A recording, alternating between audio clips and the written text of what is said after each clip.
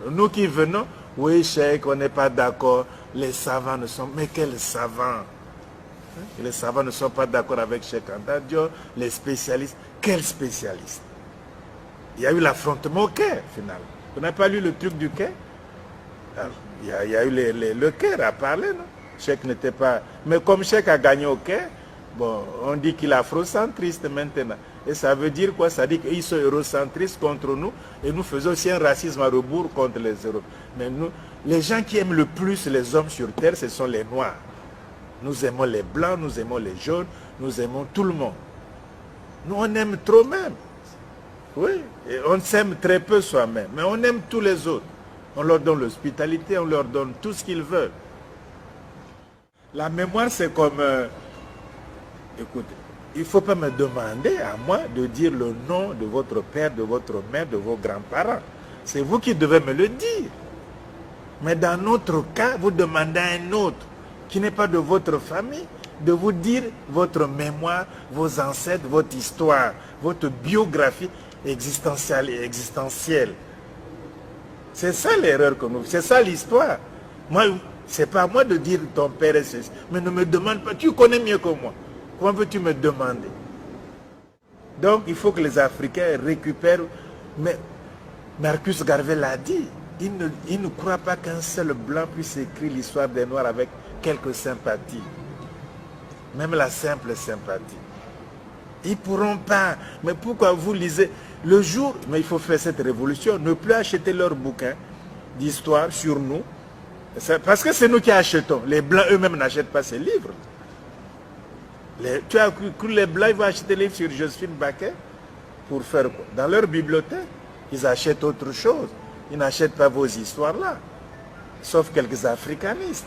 Mais le gros des Blancs ne vit pas dans cette littérature. C'est quelques gens qui servent de pions. C'est tout. Donc au fond, il faut que les Noirs ne demandent pas à un autre, dis-moi qui était mon ancêtre. Essaie de le trouver toi-même avec tes erreurs. Les Chinois ne demandent pas aux Japonais de dire l'histoire de la Chine. Les Indiens ne demandent pas aux Pakistanais de leur dire leur histoire, encore qu'ils soient en conflit. Les Français ne demandent pas aux Allemands d'écrire des livres d'histoire de la France pour les enseigner à l'école française. Les Allemands ne demandent pas aux savants français d'écrire l'histoire de l'Allemagne. Les Anglais n'attendent pas les savants hollandais ou les savants belges ou les savants français d'écrire la littérature anglaise et de l'enseigner à l'école en Angleterre. Hein? Et pourtant on enseigne ça en France. Et pourtant, il y a des professeurs qui ont les doctorats dans la littérature anglaise. Mais ils enseignent en France, ils vont faire des conférences, mais on n'attend pas d'eux l'essentiel en Angleterre. Mais or, nous attendons tout, absolument tout des étrangers. Et je te querelle, toi, parce que sur ce que quelqu'un a écrit. Hein? Je te querelle, j'ai dit oui, mais tu as lu, Dupont a écrit ceci. Hein? Oui, tu as dit oui, la Vallée aussi a écrit ceci. Et nous nous querellons à cause de deux écrits par des étrangers sur notre histoire à nous deux.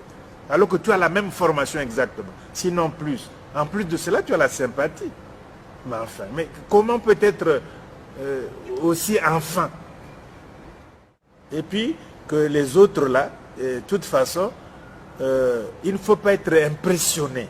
Il faut cesser d'être, même si on lit les livres, hein, même bon, coupons la poire en deux, lisons leurs bouquins, tout sur l'Afrique, d'accord. Mais il faut peut-être impressionné. Tout est faux dedans, d'un bout à l'autre. Il n'y a aucune seule vérité dans aucun livre d'aucun africaniste. Aucun. Donc, les livres là, bon, je ne veux pas les nommer, vous les connaissez, mais lisez parce qu'ils sont au programme, achetez parce que c'est l'environnement, mais je vous garantis qu'il n'y a aucune parcelle de vérité dedans. Tous les livres africanistes écrits par des africanistes français, italiens, portugais, espagnols, anglais, hollandais, c'est faux d'un bout à l'autre.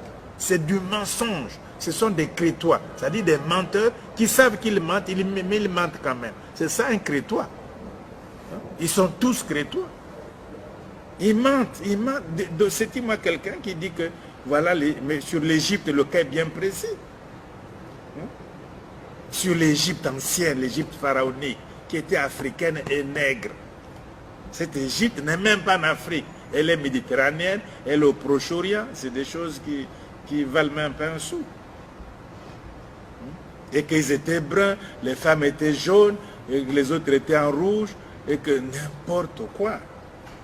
Même quand l'ADN dit ceci, même quand la biologie moléculaire dit ceci, même quand les témoignages anciens disent ceci. Voilà. Mais c'est faux, mais c'est la falsification de l'histoire. Moi, je ne sais pas pourquoi on lirait leur bouquin. Il faut le dire clairement, il n'y a aucune vérité dans les livres écrits par les Européens, par les Blancs, sur l'Afrique noire, sur les langues, les civilisations africaines. Ils inventent des familles camito-sémitiques, ça se trouve où? Des familles amito-sémitiques ou afro-asiatiques, ça se trouve, c'est du mensonge. Tout est comme ça, et nous, on croit qu'ils disent la vérité. Non, c'est fini l'esclavage. C'est fini. Il ne faut pas avoir peur. Ils vont vous respecter. Un type qui n'est pas confiant en lui-même, comment voulez-vous que je le respecte? Mais comment veux-tu dire, mais il flanche, il dit, oh, non, on ne peut pas respecter. On respecte un type qui est là, hein, une femme qui est là devant vous, avec son opinion, avec ses idées, capable de les défendre.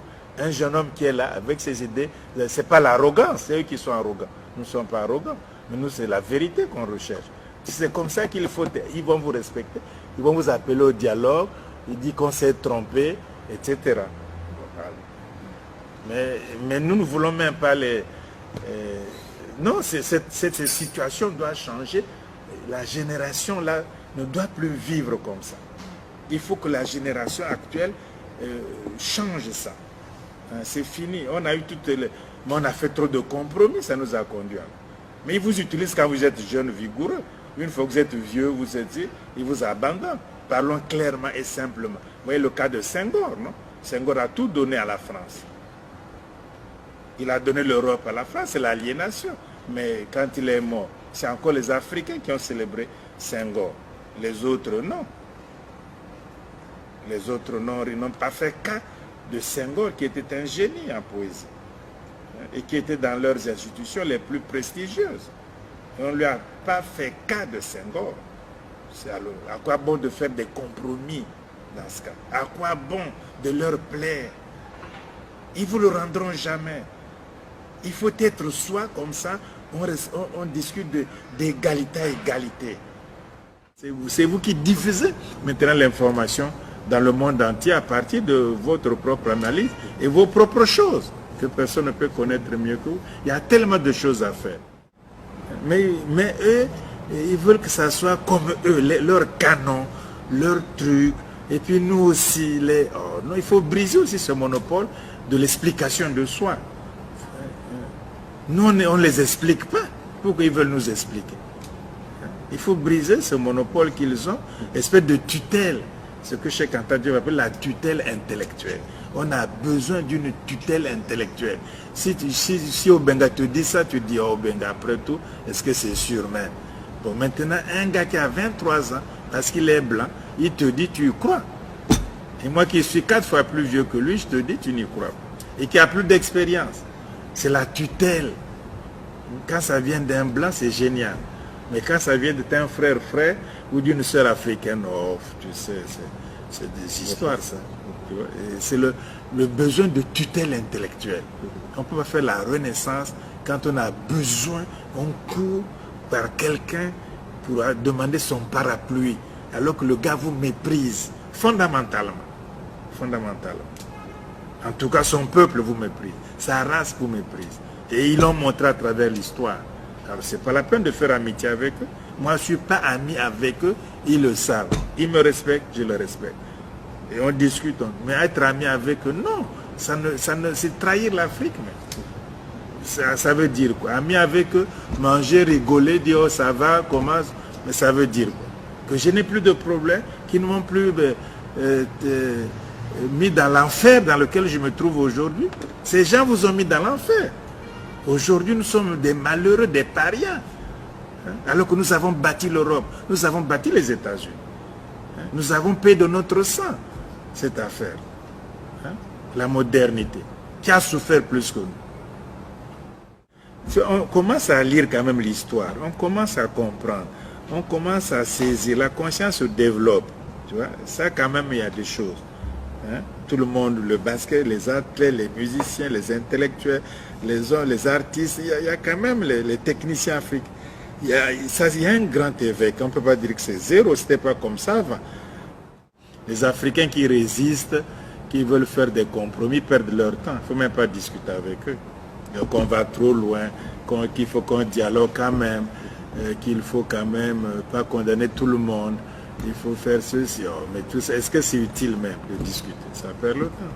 On ne discute pas de ces choses. Ils ne comprennent pas, ils seront isolés.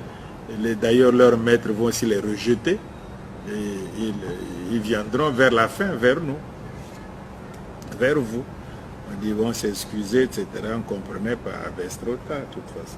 Ils comprenaient, comment veut-il des grands garçons comme ça, hein, ou des grandes femmes comme ça, qui croient que faire plaisir à un Européen, c'est même glorieux pour eux. Hein? Oui, mais c'est simplement étrange, parce qu'ils sont manipulés. Hein? Ils sont manipulés par certains Africains. Alors finalement, ils croient que ça c'est, les Obenga c'est quand même un extrémiste.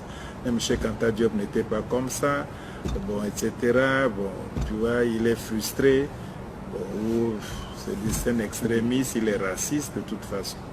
Mais c'est vrai qu'on sent, je dirais que à partir du moment où le noir essaye de redevenir lui-même, c'est-à-dire de faire appel à son propre génie, on sent qu'il y a comme une espèce de blanc intérieur qui vient lui dire ne fais pas ça. Mais oui. Pourquoi tu veux? De toute façon,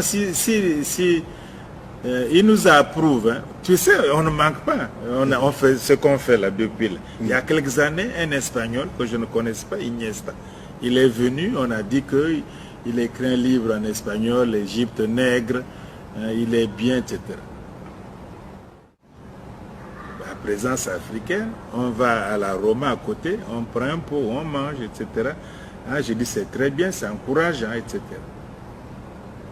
Mais moi, par expérience, je ne suis... Non. Si ce n'est pas tranché, je perds mon temps. C'est tranchant. Je respecte, mais je n'avais jamais cru. Je n'avais pas cru, j'ai dit tant mieux. Ah, il fait ça. L'Égypte nègre, hein. Ah, je ne crois pas. Oh, le livre là, j'ai vu bien. J'ai dit je ne crois pas. Je ne crois pas. Et c'est vrai.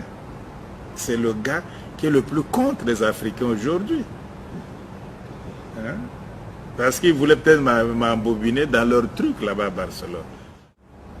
Moi je tranche, je te respecte, mais fais, moi je fais. Pourquoi veux-tu que je sois sous ta tutelle? Ou tu mets quoi? Ça veut dire quoi? C'est fini. Bon, les autres font des compromis. Mais ils font des compromis. J'ai dit ça va t'amener où? Ils vont te mépriser à la longue. Je dis mais tu ne comprends rien. Mais il fait des compromis avec eux, il est gentil. Avec moi, il dit oui, c'est gars. J'ai dit, mais pourquoi tu vas même les voir? Les angénaux, pourquoi même? Mais pourquoi tu vas les voir? Hein? Alors ils écrivent, ils ont publié des trucs. Je dis, c'est compliqué. Bon, me faites, mais il faut que moi... Bon, je reste poli, mais vous savez que je ne peux pas changer. Mais je remarquais, ne serait-ce que la semaine dernière, le dédain des historiens occidentaux par une anecdote très simple. Quand on fait l'histoire de Chine, on va considérer normal de s'appuyer sur les écrits des historiens chinois. On va faire l'histoire du Japon, on va considérer normal de s'appuyer sur les écrits des historiens japonais.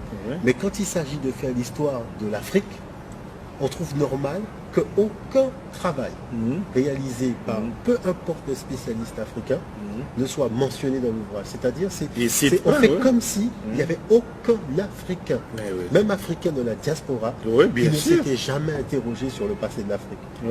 Et c'est ça qui montre vraiment une attitude dédaigneuse. Parce que la science... Même quand ils étudiaient la Guadeloupe, jamais ne mentionnaient Henri Bakou. Jamais. Qui a écrit au moins 2-3 volumes sur la Guadeloupe. Il cite jamais. Bangou n'est cité dans aucun ouvrage. Non. Ça les regarde. Même il cite un certain Prévert qui aurait étudié, soit disant... Le Saint-Jean-Perse, par exemple. Les montagnes pelées ou des conneries comme ça. D'ailleurs, ça ne s'appelle pas montagne pelée. C'est qui ont donné le nom. Tout à fait. Il y a le vrai nom. Non, mais de toute façon, ça te montre quoi? C'est que il faut que...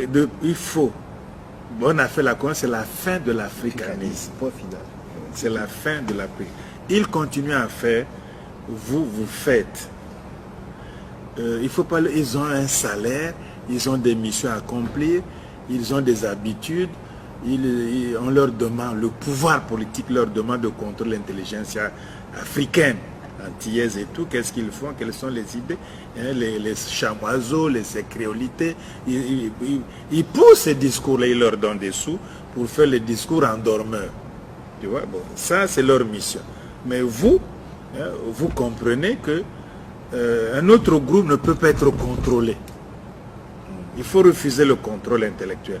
Il y a l'amitié, il y a le dialogue, on discute, on respecte, mais tu n'as pas besoin de quelqu'un qui connaît moins que toi, de lui demander la bénédiction, de faire ce que tu as à faire pour toi, pour ton peuple, pour ta race, pour ta mission ici sur Terre. Nous vivons très peu de temps sur Terre. Mais on ne peut pas vivre âgé et sous la tutelle de quelqu'un. Vous cherchez la domination de votre propre peuple. Il faut que quelqu'un parte, qu'il y ait des gens, pas des révoltés, mais des gens dignes comme vous. C'est la dignité. Gardez votre dignité. C'est tout. Ils jugeront que c'est arrogant, c'est pédant, et ils ne connaissent pas, ils sont fanatiques. D'accord. C'est votre jugement. Pour moi, c'est la dignité.